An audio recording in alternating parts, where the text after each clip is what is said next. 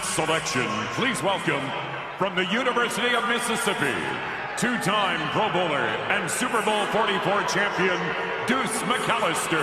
Nice. And from Bloomsburg University, 2006 fourth-round pick, six-time Pro Bowler and Super Bowl 44 champion, Jari Evans. It's been great. It's been great to be here. There's been a trade. The Miami Dolphins has traded the 48th pick to the New Orleans Saints. Who Dat Nation, welcome. Who we got, Jari? With the 48th pick in the 2019 draft, the New Orleans Saints select Erik McCoy, center, Texas A&M. Who dat, baby? All right, the at-home pick presented by Home Depot. Oh, yeah, look at that scene. Lufkin, Texas. Dream coming true.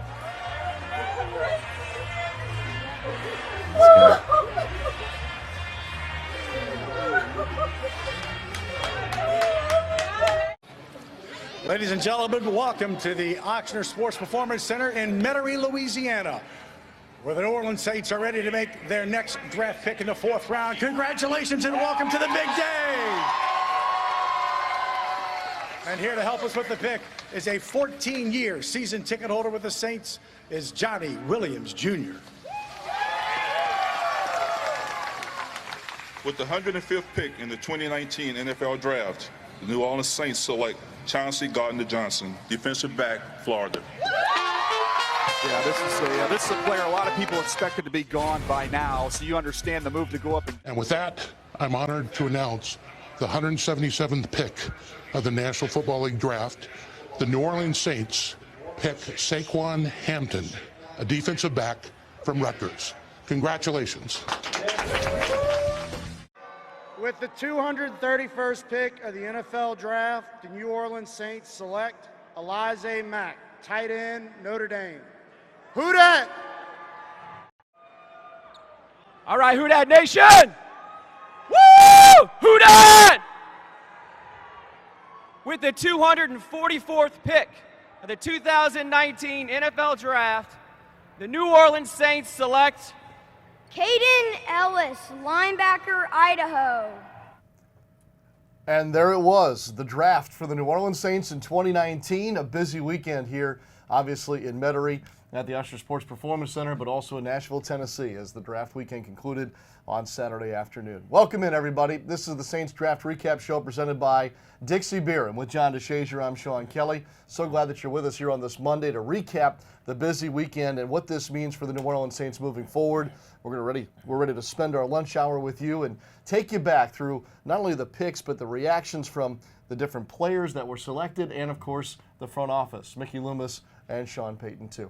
It's not the draft that we certainly expected. Heck, we didn't really know what to expect going into this draft because of the nature of the situation, and certainly even that script changed after the first night, kind of went passing along without the Saints involved in the first round. Yeah, Saints didn't have a bevy of picks, so they had to be really selective about what they were doing in the draft. If you don't have a lot of quantity, then you've got to be good with your quality. And they believe they've got some good guys, but yeah, when you go in without a first-round pick, now all of a sudden that takes a little bit of air out of it because that's where the anticipation always lies with the NFL draft. Who are you going to get in the first round? Saints didn't have a first-round pick, had to move up in the second round before they got the guy that they wanted. So, you know, with this team, there's always going to be a little bit of moving and shaking, it seems, in the draft in terms of moving up. But not having a first-round pick always takes a little bit of luster out of it. But again, if you're the Saints coming into this draft, you're two-time defending division champs.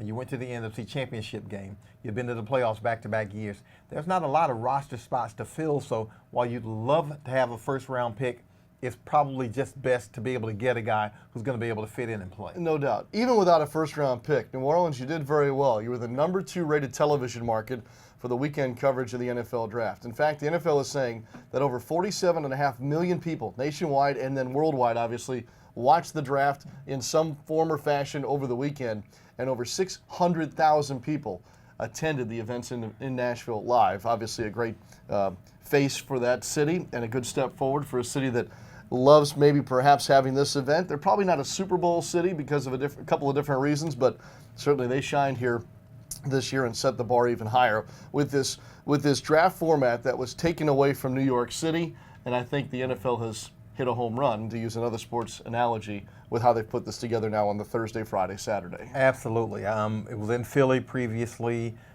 We've seen Nashville. I think it might have been in Dallas another year. And Chicago. Chicago. Right. So, having it mobile that way, taking it to different cities, allows those fans to be a little bit more involved rather than keeping it stationary. I think it's a big, big thing for the league to kind of share that wealth, so to speak, by taking it to different cities. No doubt.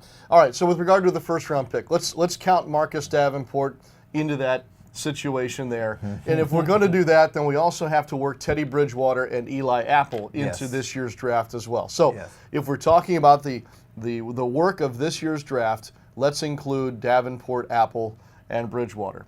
With that in mind, the Saints started their selecting on Friday with the second-round pick of Erik McCoy. And they went up to get him, John, the center out of Texas A&M. Had to move up from 62 to 48 in order to be able to get McCoy. We thought when the Saints signed Nick Easton in free agency that they had the guy that was going to be playing center for this team. And that doesn't necessarily mean that Easton won't be playing center for this team. But Erik McCoy basically is a center, a highly rated center coming out of college. And he's going to challenge for that position. There's a lot of depth at that center position right now, and those two guards really. Now, we know the starters at guard are going to be Andrews Pete and Larry Warford, but at center you've got Easton, you've got McCoy, you've got Cameron Tom, you've got Will Clapp. So there's going to be a battle royal there for that position. You'll have some quality depth. You should have a really good starter, and if that guy stumbles a bit, you've got three capable players along with him. And oh, by the way, all of those players also capable of swinging and playing guard too. So you've got a lot of depth there. I love the fact that he made 39 straight starts, basically did not miss a start in his final 3 seasons at Texas A&M. And John, if you look at his individual numbers, he kept that Aggie quarterback clean. Only 1 sack surrendered during that stretch. And as far as pressures go, that number's even small as well, especially during his senior year. Yeah, and think about it. How often do you see the center being the MVP of a team? Not very often. That says something about his leadership, says something about his ability to play.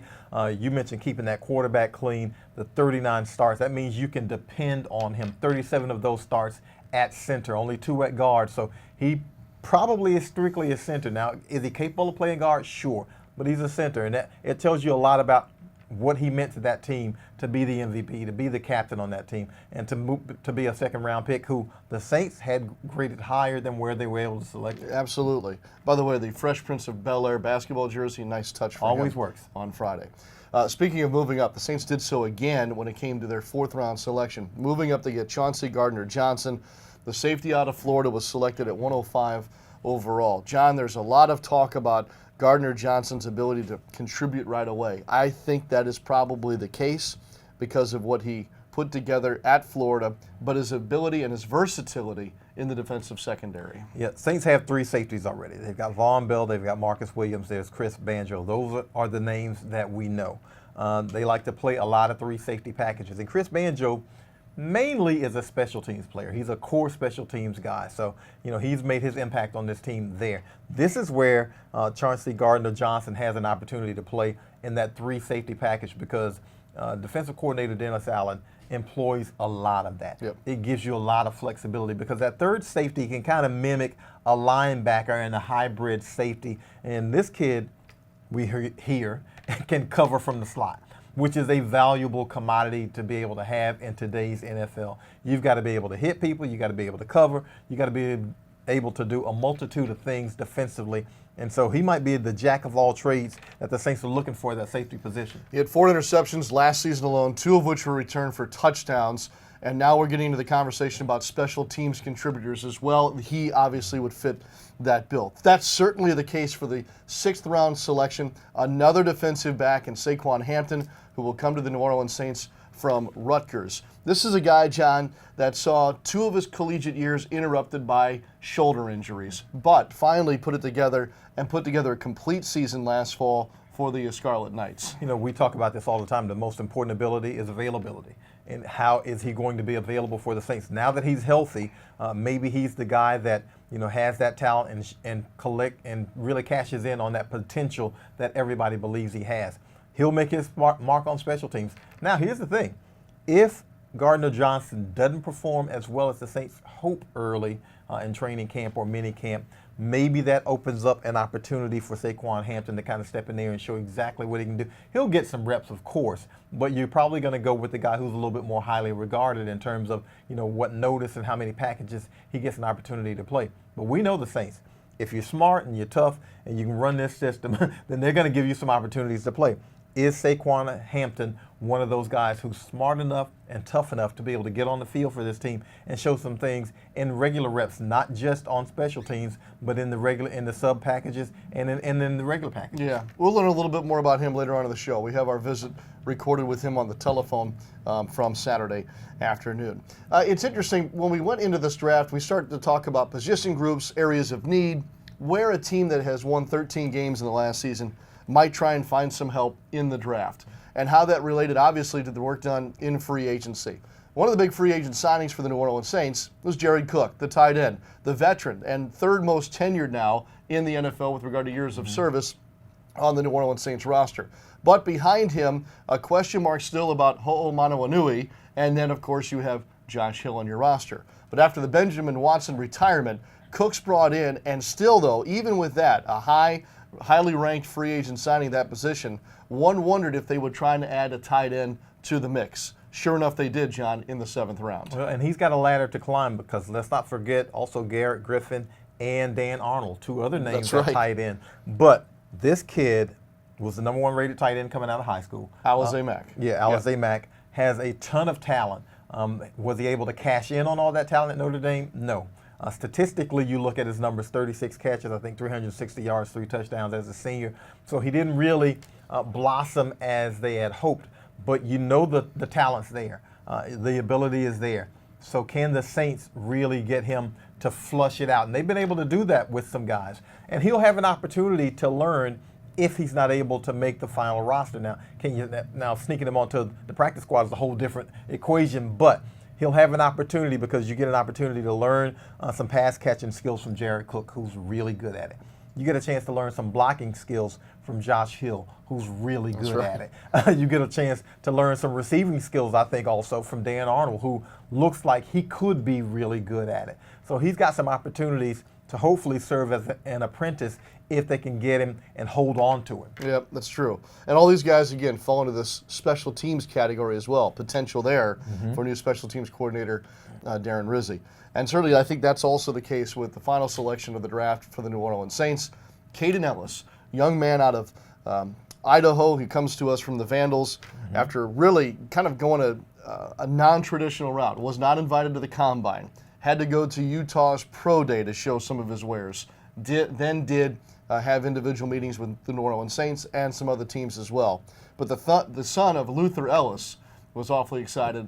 I'm eager to share that visit a little bit later in our show too. But John, he's a guy also that could provide some flexibility and some answers, or at least logical change-outs in some of those special teams units. Yeah, when you look at special teams units, most of the time they're comprised of a lot of tight ends, a lot of linebackers, a few linemen here and there, and maybe corners and safeties. So that's where he has an opportunity to really make his mark. Interesting, he played quarterback in high school. That's right. Played quarterback, a running quarterback, he said, not a throwing quarterback. Yeah, wishbone, as a matter of fact. Wishbone. So but he likes playing defense. He likes the contact and being able to initiate the contact. But that's where he's going to get his opportunity on this team, playing linebacker, because we know the Saints are pretty strong along the front line linebackers when you're talking about Alex Anzalone, A.J. Klein, and then Demario Davis. Behind them, there's always Craig Robertson, who's able to fill in for any of those positions. So there might be some snaps to be had there in case of injury or that kind of thing. But initially, it's going to be special teams for Kaden Elliss. That's where he's going to make his mark. He'll have some opportunities there because the Saints are always looking for upgrades on their special teams. Yeah, and it's interesting, in one of our conversations here over the weekend, John, you pointed it out. Let's say now that Alex Anzalone has emerged as a bigger contributor for you in the defensive unit. Maybe now a guy like, and these are all maybes and ifs and everything else, but maybe Kaden Elliss is a guy that can move in and let Anzalone step away from special teams a little bit because of his importance on the defensive side of the football. Yeah, absolutely. Yeah, absolutely. Because I don't necessarily know if you're trying to limit guys' snaps, but if you got somebody who can be as effective in that role and he's effective and it's not one of your core defensive guys, then why not utilize him in that role? Yeah. That's John DeShazier. I'm Sean Kelly. And we, of course, thank you for watching our draft recap show here presented by Dixie Beer. We have a collection of things to share with you today. A lot of it, occurred throughout the 3 days of the NFL draft, some of it even from before the draft. And we want to start showing you some of that here with Mickey Loomis, who spoke at the end of round 7 and prior to the putting together the undrafted college free agent class. As he always does, Mickey Loomis sat down with the media to go over all of these Saints picks and his philosophy and approach to this year's draft. Here's a portion of that press conference. So we traded up, not down, right? So remember that next year when you're asking me those questions. Can you just talk about the general philosophy? You talked about it a bunch, but obviously you don't see anything taboo about giving up future picks or giving picks. Well, it's calculated, right? It's calculated, and so when you have the opportunity to go get somebody, go get a player that you covet, you go get them. That's been a successful formula for us. I'm not saying it's 100%, but it's a successful formula for us, and I think for a lot of teams. And so, if you like the player, go get him. That's our philosophy. So you took 2 safeties. How much of this is special teams focused, or what do you like? Yeah, I think there's some versatility there. Chauncey with playing the nickel, and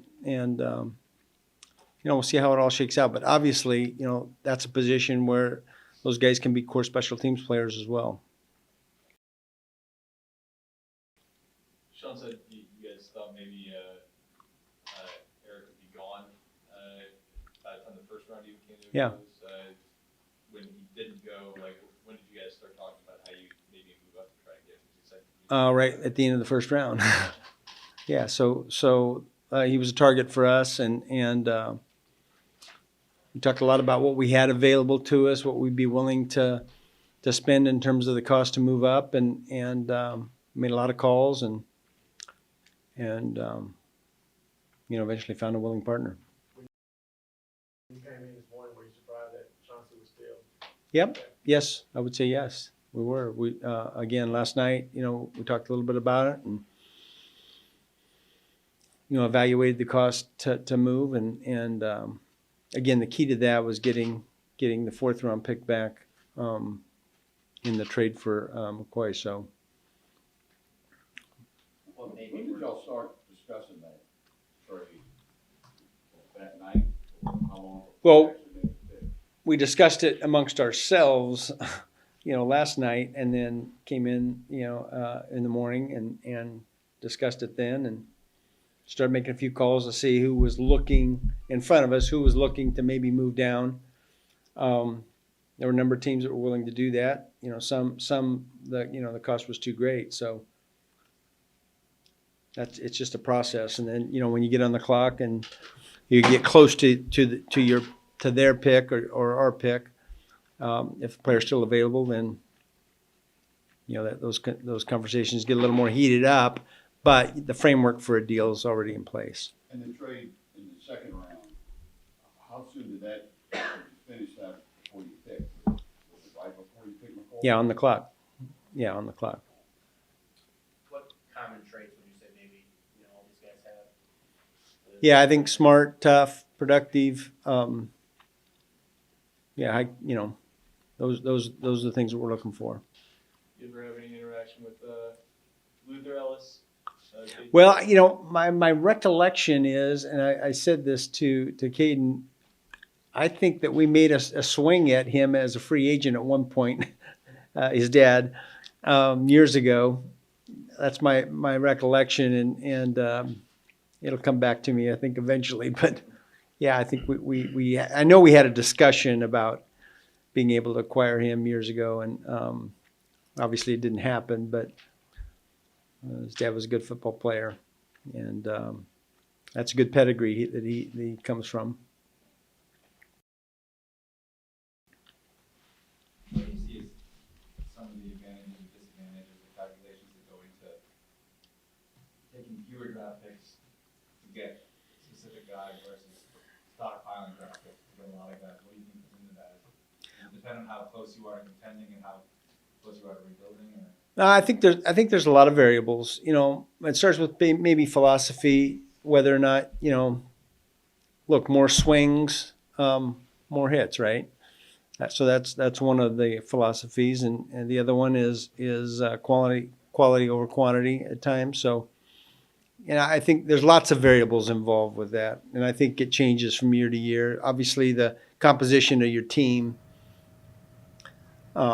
makes a difference as well. So if you're really strong in a position, sometimes you want to build that strength, and sometimes you're looking at it like, well, man, can the guy even make our team given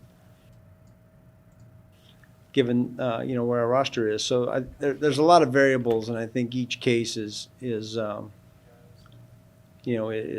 kind of specific to itself. Did last year, the fact that you didn't have room for all your John, let's talk a little bit more about the second round selection, Erik McCoy. I think it's fairly clear that hearing from Erik McCoy and from Mickey Loomis and from Sean Payton, they project him as a center. I know he has the flexibility of also playing guard, but it seems clear to me that starting here this week, we have a position battle as far as the starting center for the New Orleans Saints goes. Well, he's going to start for the Saints. We just don't know when. Now, he's going to start for the Saints. I don't know if it's going to be as a rookie or if it's going to take him a year. It might take him 4 games, 8 games. I don't know. But you don't move up in the second round to pick probably the highest rated center that you have on your board and not have him play. And he's projected as a center. He plays center. They say they want him to play center. But I'm looking forward to that position battle to see exactly who emerges for this season, because there is a lot of quality depth there. We know that Nick Easton was signed as a center. Mm-hmm. Now, he's able to slide to guard because he's played a lot of guard, but he's able to do that. Cameron Tom was a guy that the Saints valued so highly, they moved him to the 53-man roster to be able to keep someone from picking him off of the practice squad. Will Clapp was a 7th-round pick last year who made this team on his grit and his guile and his ability to play center and guard. So we know there's a lot of quality depth there for the Saints, which, by the way, they have not had in previous seasons at that center position. It was Max Unger, and then it was a little bit of a after that. Well, we saw that certainly in the preseason games each of the last 2 seasons. Yeah, exactly. Yes. So now you have an abundance of wealth at that position. So I'm really looking forward. It's not a sexy thing, but I'm really looking forward to that position battle throughout minicamp and training camp, because there's a lot of quality there, and it's going to be interesting to see how the Saints manage that. Coach Dan Rochar has really got a job on his hands. He's usually able to separate those guys, one from the other, but it's a great problem to have. Yeah, no doubt. I think both locally and nationally, this pick of the New Orleans Saints was regarded very highly. And as you said, not the sexiest thing to draft an interior offensive lineman with your first pick, albeit second round. But certainly the review is very good. And we know what we saw in watching him play at Texas A&M. We obviously know what the Saints saw in him in order to make this pick and move up. The one thing that sometimes it's easy to fall into a trap of, I guess, evaluating something off of a first impression, but I think it's a positive one for us, as John and I were able to talk with Erik McCoy on Friday night.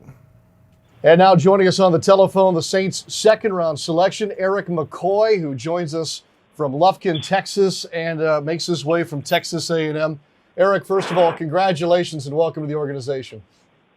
Thank you so much. I'm excited to be a part of it.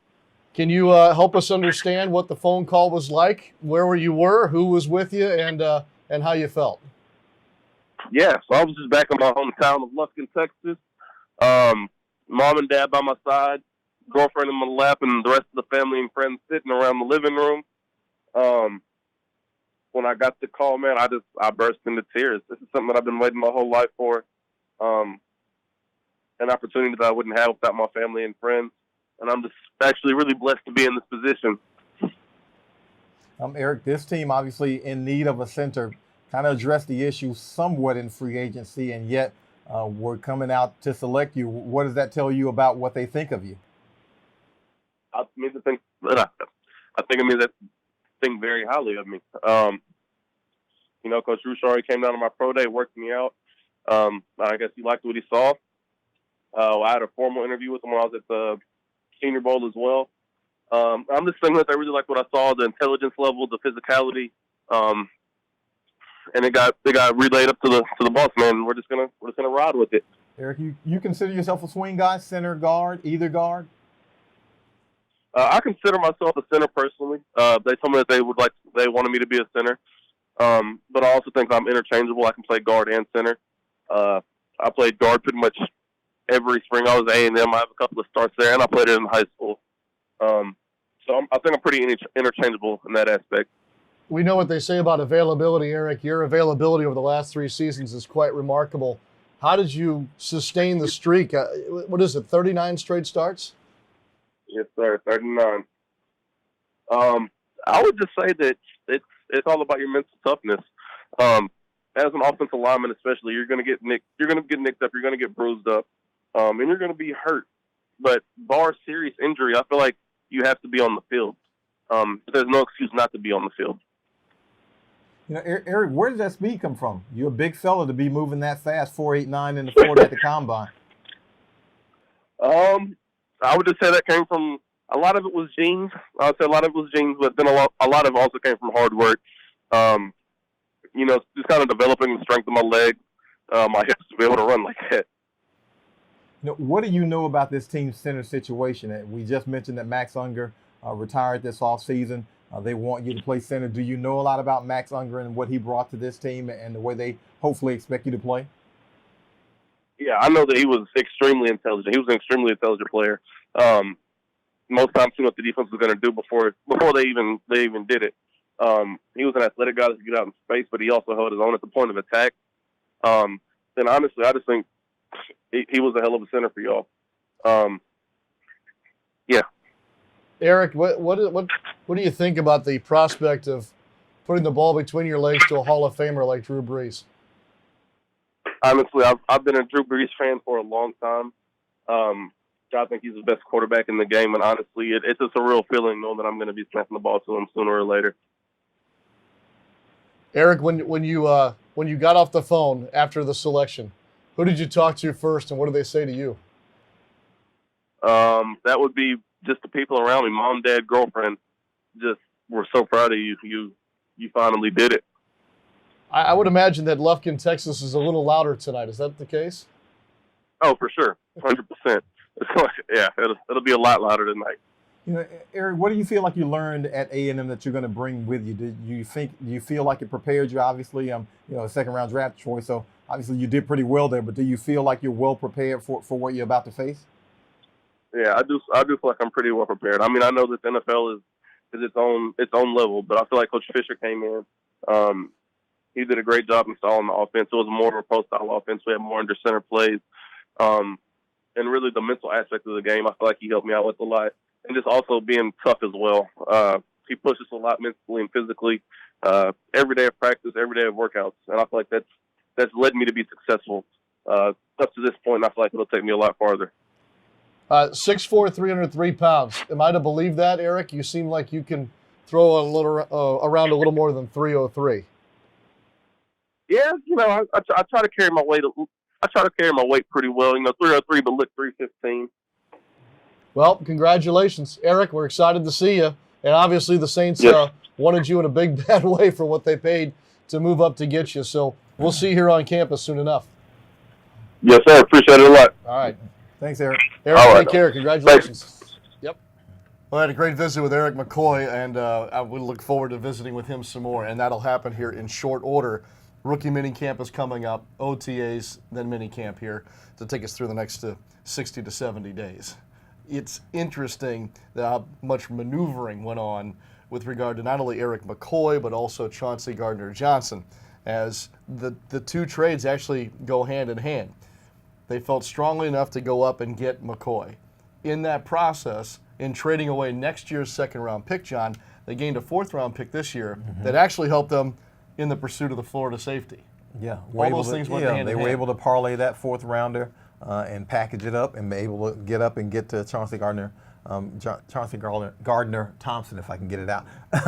What we've seen with the Saints is they will use their whatever they have, what that means they are, what means they have. But the cool thing is they're aggressive, and they're aggressive every year, it seems. Last year it was moving up to get Marcus Davenport because in this position where New Orleans is, it's not necessarily drafting and saying, we're looking at 8 years from now or 5 years from now or even maybe 3 years from now. It's now because there's a window of opportunity there that they're saying, okay, we've got a few small holes that, if we can plug them, we're right there solid. So they got to feel pretty good about, how they utilize these picks. In this era where we've seen Sean Payton and Mickey Loomis work together, John, they've traded up 17 times with these two moves here during this draft. And I think in some ways, if you're talking about street talk or how people are viewing the fact that they're that aggressive or that they've made 17 moves, I think sometimes people say, oh, this is it. The Drew Brees window is closing, so it's all the chips into the center of the table, all in now, the future be darned, that kind of a thing. I found it interesting that Mickey Loomis just flat out said it on Saturday night. Our philosophy is pretty simple. Get past all that other stuff and just know this. If there's a player we really want, or there's a player that we covet, I think is the word that he uses, go get him. Yeah. And so I don't know how you sit there and say, well, they mortgage the future or they do this too much or whatever. This is just this is the way they operate, and it's worked pretty well for them. Well, and you look at it, you say, okay, they're playing for now, yes, but they're playing for now with younger players. Mm-hmm. So, yes, Drew Brees remains the centerpiece, but the parts around him are getting younger.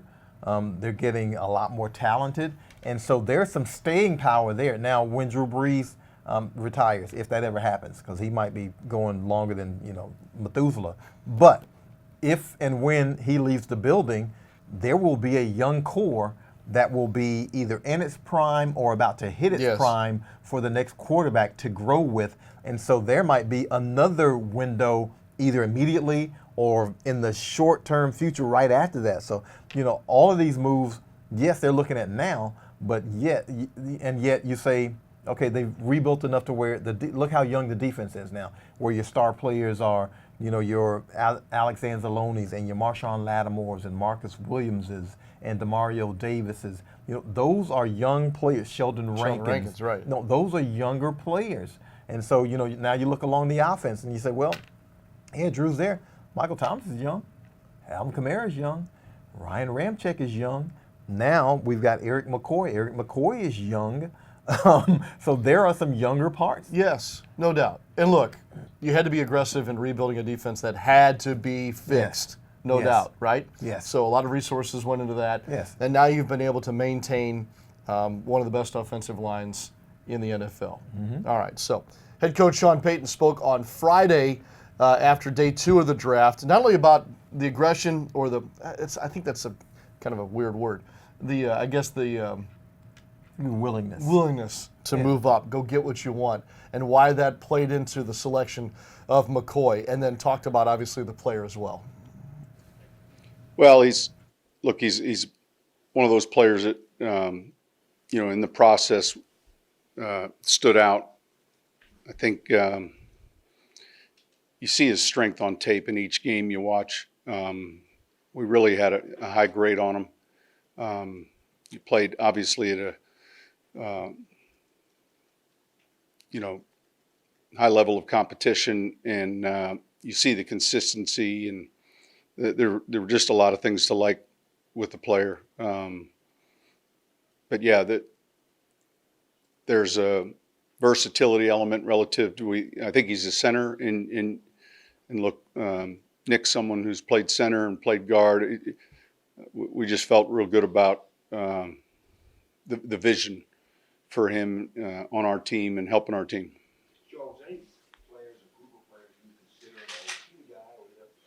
He was kind of the guy coming in today. You paying attention last night.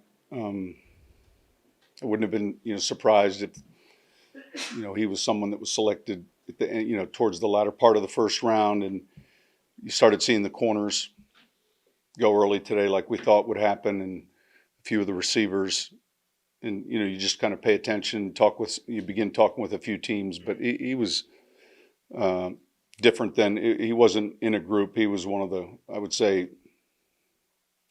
probably the target coming in here this morning. We're just feeling like, this would be, the vision's clear, and certainly that we felt really good about his talent. Was it hard to match up with a team to get where you wanted to get? Well, yeah, I mean, you start that process maybe 5, 6, 7 picks into the second round, and we had multiple conversations with a number of teams. So, fortunately, it worked out. When you had him as the vision this morning, were you thinking he might slide to 62, or were you always? We felt strongly that he wouldn't make it to 62. That was one thing, and that we didn't think he would be there at that time. In the past, you said, if you had like a first-round grade, this guy, you had like a first-round. Yeah, I think, specifically probably either. I think we probably had a real early 2 on him. But yeah, we were pretty confident that he wasn't going to be available if we stood pat. When did y'all start to kind of zero in on him? You said you started. Well, I think what time the draft started. So the drafts tonight, or more specifically through the process, I think in our, you start with obviously your winter reads, and then throughout the spring and the workouts. But it still gets back to the tape and watching that, and obviously all the other things, he checks the boxes with, but the tape we felt was real good, very consistent. So there were a lot of things to like. How important was it to get to 4 too? To add another pick? Yeah, I mean, you're working with other teams to try to come up with what you think is fair value on both parts, and so yeah, that kind of puts you back in. I know we're in the 3rd round here, and we're going to finish up this pretty soon, but it gives you just a little bit more flexibility as well. Was center a high priority because Mack's retired? Well, it wasn't going to be. It's one of the reasons we brought Nick in, and so we just felt like an interior lineman was going to be important for us. We've got some younger guys that are competing at that spot, but I think it was a little bit of a combination of just the right fit, but also more importantly than anything else, we really liked where our grade was with the player and his consistency and the things that he brings to the locker room. Vision, where you see him center go at first? Center, I think. I mean, we'll see once he gets here, but I see him, the position he played in college, and let him come in. Nick as well. There's flex. Both of them are smart guys that we feel like, have that flexibility. But it's early now. But I think, we see him as someone coming in as a center. 39 career starts.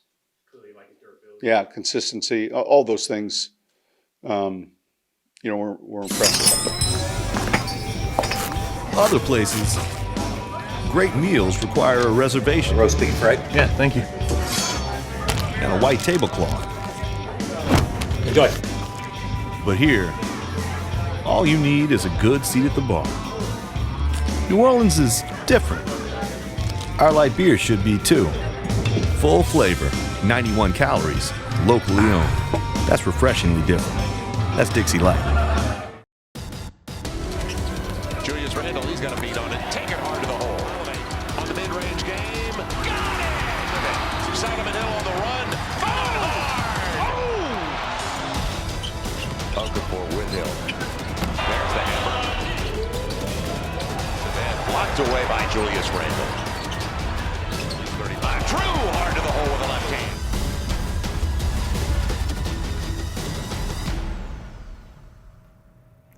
Welcome back to the Saints Draft Recap Show presented by Dixie Beer with John DeShazier. I'm Sean Kelly.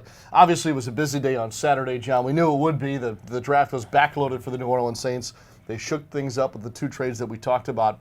But, as we thought it would play out, it certainly did. You had some work to do in the 6th and 7th round. Notably, in the 7th round, John, you had 2 selections to make. And they came late, 231 and 244. Your thoughts a little deeper on whether it be Mack or Ellis, and really what we need to have perspective-wise on those 2 selections. Well, look, these guys, 7th rounders, let's not get out of hand here and think we're getting the next, Marcus Colstons and But why not? and Zach Streif, because that's likely not to happen. Correct. We're looking at guys who are probably going to be on special teams, but usually when you're picking guys this late in the draft, there are guys who are talented, and so you feel like there is something about them, talent-wise, character-wise, intelligence-wise, that will give them a chance to make your team on special teams. Yeah. Because again, if you're looking at a starter for the 7th round, you're in dire straits probably in the NFL, because it's difficult depth-wise to be able to find those guys. Now, can you find a guy? Of course you can. We just mentioned Marcus Colston, and we just mentioned Zach Streif.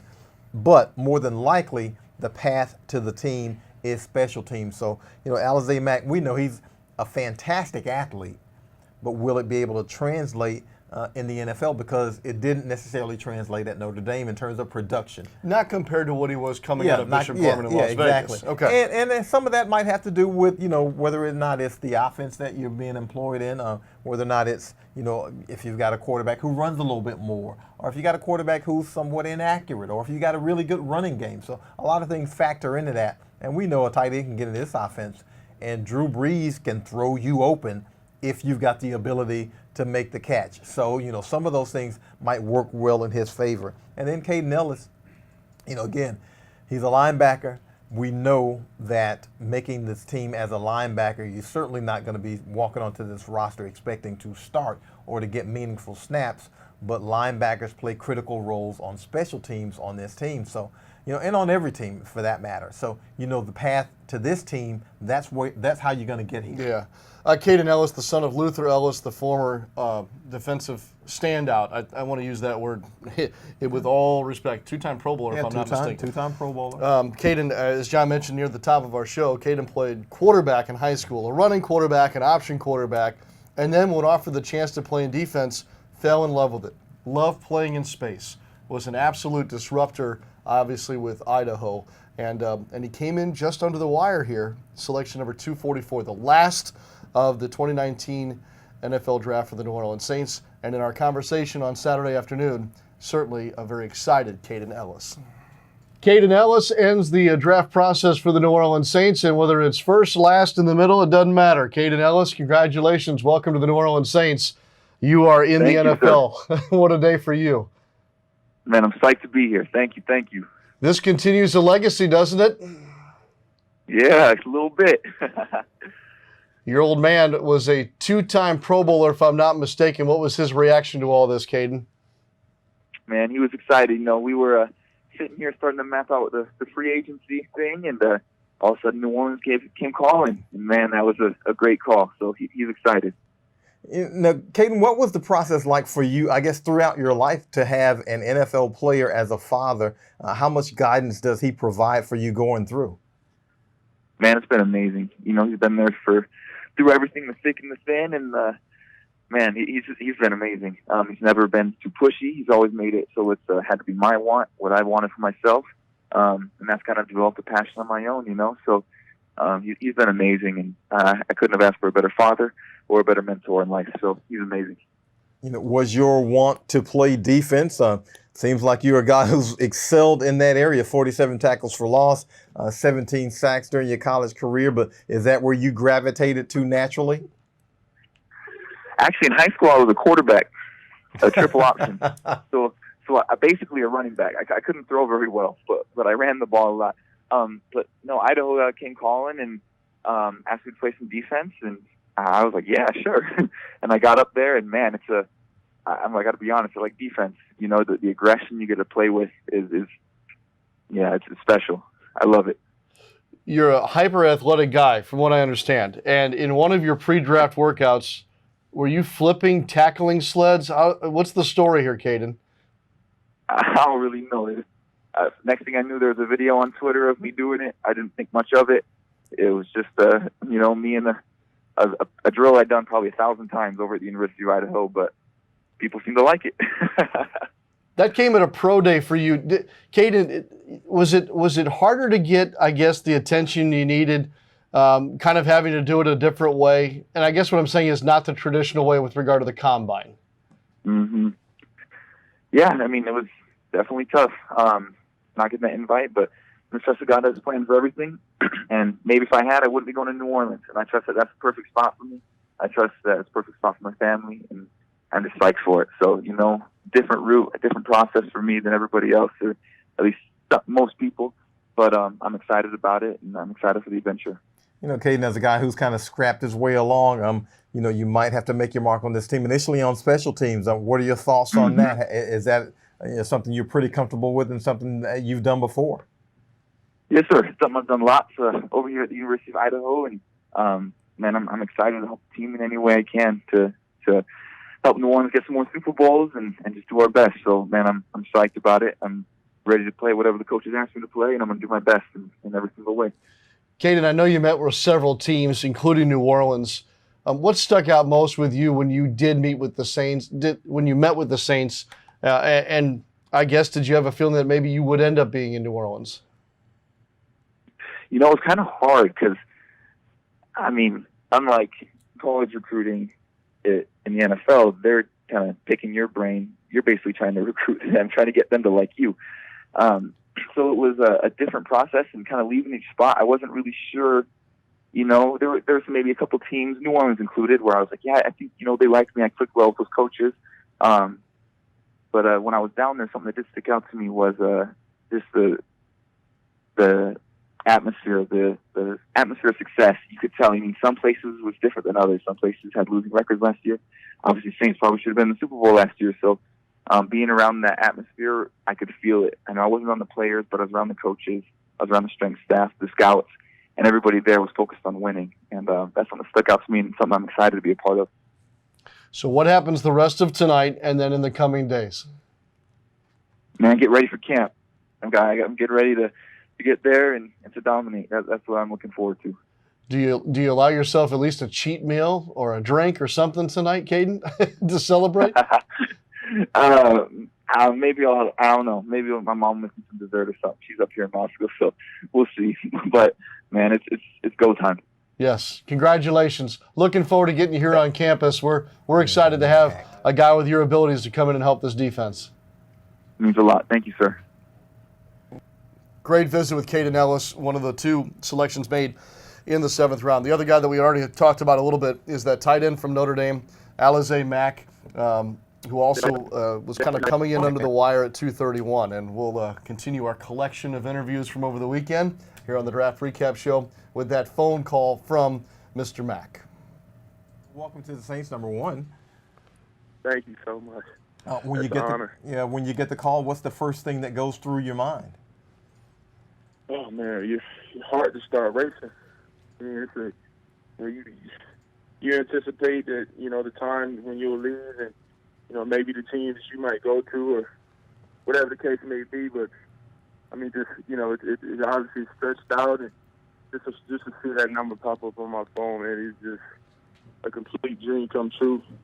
And just know, there's no other organization I'd rather be a part of other than New Orleans Saints. That's from the bottom of my heart, man. Well, Al, it came down to like the last hour. I mean, were you starting to lose a little hope there, a little faith, or did you think, "Hey, this is going to happen. I need to be smart and calm and everything else"? I mean, honestly, you sit and you think a lot, and maybe you start to think that everything is going to go south. But at the end of the day, I just kept my prayers up, just kept faith, and I ended up getting that call, man, and God definitely answered, and it's a blessing. It's a huge blessing. It's a great opportunity, and I'm just thankful that the Saints took this chance on me. When you said no organization other than the Saints, what did you mean? Did you have your eye on the Saints? Was that your wish list? Oh, absolutely. When I came down there on a visit, I just loved it. I loved it. I met with the Saints down at the combine and a formal meeting, and we get up on some film with Coach Campbell, and then just when I went down to New Orleans, just walking around the facility and meeting the staff, meeting the coaches, just being able to get a feel for the city, and I loved it. I love the offense. I love what they bring. I love how Coach Campbell, how he presented to me on how I'd be used up there. And I think, with Coach Payton being such an offensive guru, it's what other coaches would you want to play for? I watched a lot of Saints games this past year, previous years, and you got a great quarterback in Drew Brees and an offense that is thriving and on its way to a Super Bowl. What did you guys talk about? You mentioned the combine visit. Can you share with us what that conversation was like? What were some of the more important topics of conversation? Really, it was just about just testing my IQ, just seeing how well I understood the game, understanding coverages.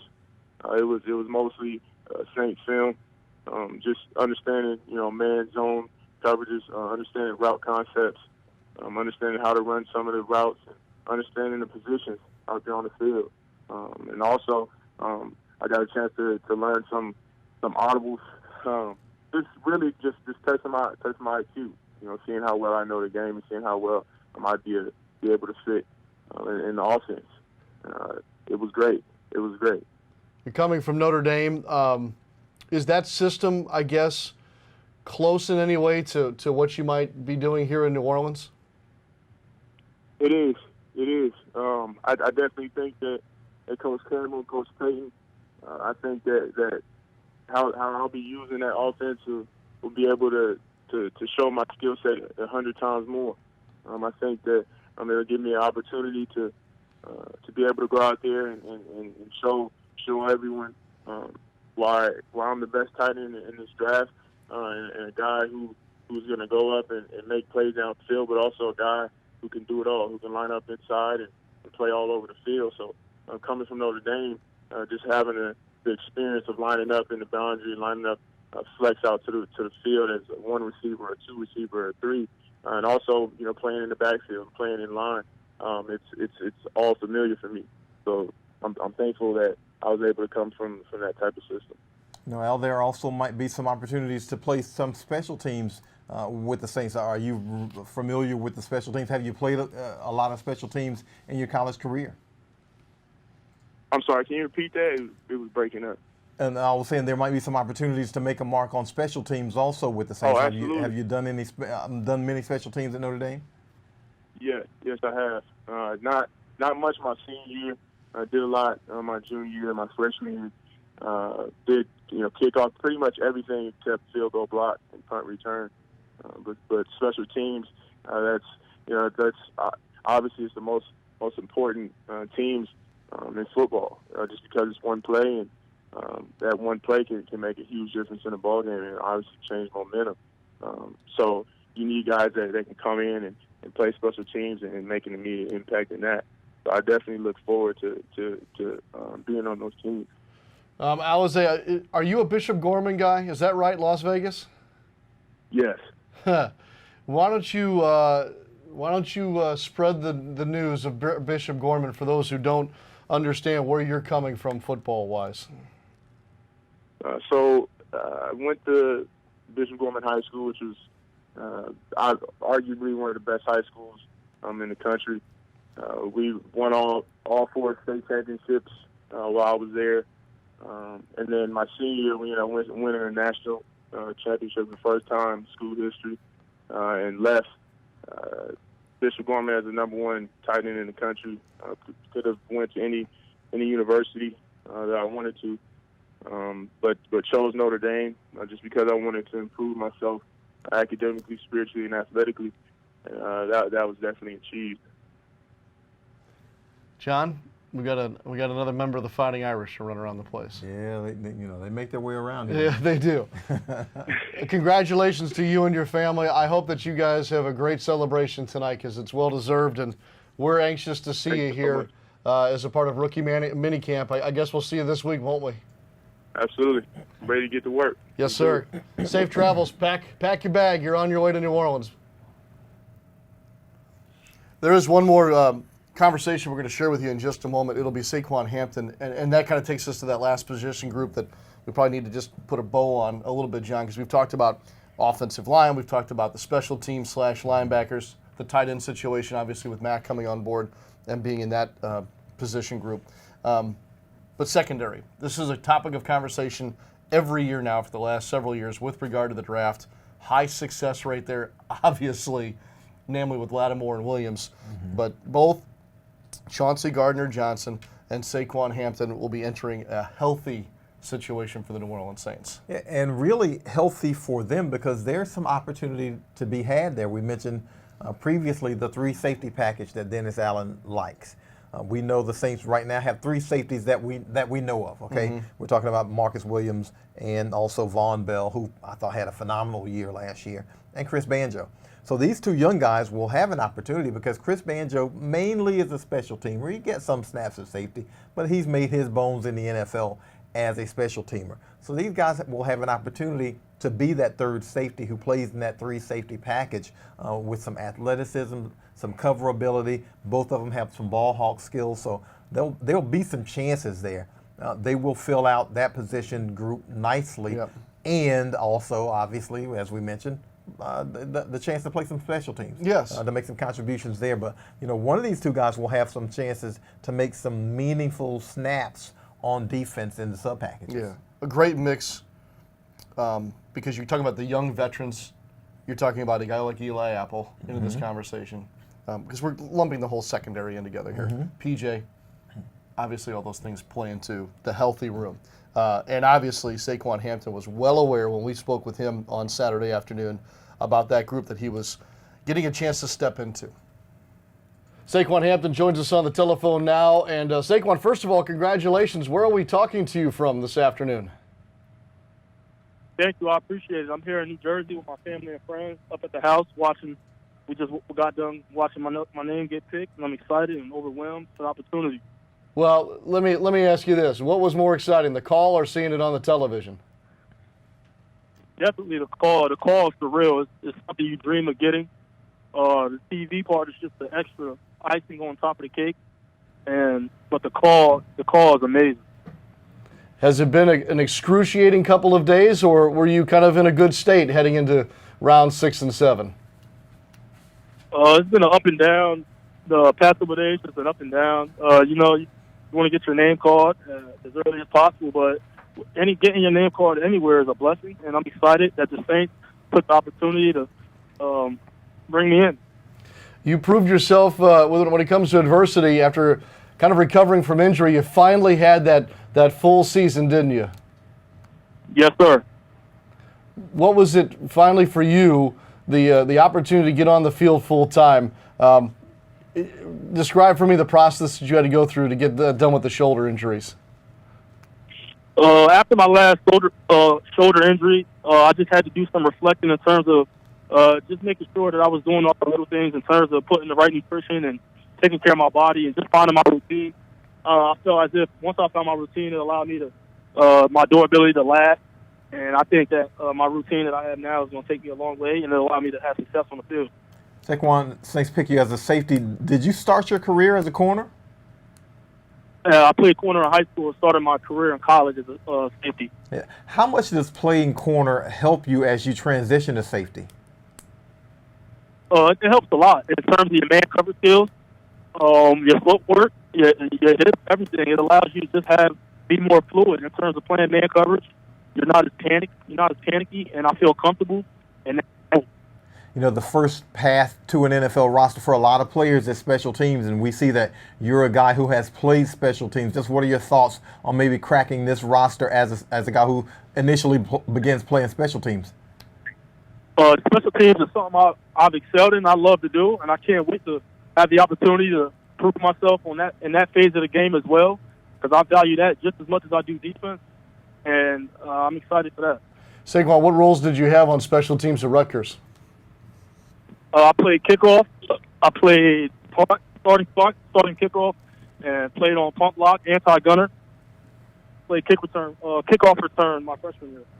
You'll know at least one person when you get here to New Orleans, won't you? Didn't you have a certain coach at Rutgers who finds himself in black and gold too? What'd you say? I can't hear you, sorry. I said you'll at least know one person when you arrive. I think one of your coaches at Rutgers is now possibly one of your coaches here in New Orleans too. Isn't that correct? Oh, yes, definitely. Definitely can't wait to get up there and see him. It's been a long time. When you talk about what you saw in the Big Ten, Saquon, what are some of the things that you saw in that competition that obviously you'll want to lean on a little bit when you get here to OTAs and minicamp and so on and so forth?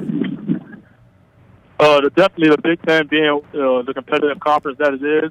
The preparation starts in the film room, and I think that the Big Ten has prepared me, and my staff over at Rutgers University has prepared me in terms of my film study and taking care of my body and putting the right things in my body as far as nutrition. And I think that I'll be prepared. Saquan, what kind of a player are the Saints getting? We see the 3-year starter, the team MVP, the 13 pass breakups and 3 interceptions, but what kind of a player are the Saints getting? They're getting a player that's going to lead by example on and off the field, and I'm going to come in each and every day, first and foremost, and work hard and improve myself before I do anything. Earn the respect of my teammates in the locker room, the veteran guys that have been there and put in the work. They're getting a guy that's going to come in and provide in terms of that first. Do you have any idea, I guess, about the unit you're joining in that secondary? There's some young talent back there, whether it's Marcus Williams or Von Bell, but do you have any idea of what kind of secondary you're joining? Oh yeah, definitely. I had mentioned earlier that I watched the secondary for the Saints play in those big games and have success, and I'm excited to get in there and learn from them and just get better. You know, one of my favorite things is to find out a little more about each guy, Saquon, and so many of them surprise me, whether it be that they were a state champ in track and field, or that they dabbled in basketball a little bit, or even there was a swimmer one time. What about you? What other sports have you participated in, or hobbies that have helped you in your development? When I was in high school, up until high school, I played up to my sophomore year. I played baseball, center field. So I'm comfortable in terms of tracking a ball and range and all that sorts of things. That helps be a safety. All right. How will you celebrate your big day today, later on this evening? I'm with the family and friends over here in New Jersey, just enjoying it. It's been a special moment. No place I'd rather be than the New Orleans Saints. I'm excited to get in and prove myself. Well, Saquon, pack your bags. You're leaving pretty soon. Congratulations and good luck. Thank you. I appreciate it. Saquan Hampton, one of the 5 selections made by the New Orleans Saints during this past weekend's NFL draft. There you go, John. We've kind of gone through each of those selections, their impact possibly here in the short term, the long term, obviously, and looking back as well, because we started the show by saying that we had to include names like Marcus Davenport and Teddy Bridgewater and Eli Apple into this collection for the 2019 Saints draft. So, with that being said, final thought from you before we move into the next phase of the offseason. Well, if you include those 3, then it's already been a successful draft because there are 2 starters out of that, Marcus Davenport and Eli Apple. I do think McCoy and Gardner-Johnson will make marks early. I think they were drafted in those positions for a reason, and there's opportunity for them to get on the field. So looking forward to seeing that. And overall, I mean, it's just difficult to tell overall. But if you get 2 out of these 5, and those being the 2 to give you some significant snaps, I think it's been a pretty good draft. Yes. You'll have some written word for us on NewOrleansSaints.com? Yes, I will. All right. We'll look forward to that. And next up, we'll look forward to rookie minicamp, OTAs, minicamp, all still to come. The next phase of the offseason obviously is underway. One last thought. We still have not at this hour received word on the total college free agent class. We were under the impression that the Saints would maybe go with 17 to 18 of those types to fill out the 90-man roster. Look for that release.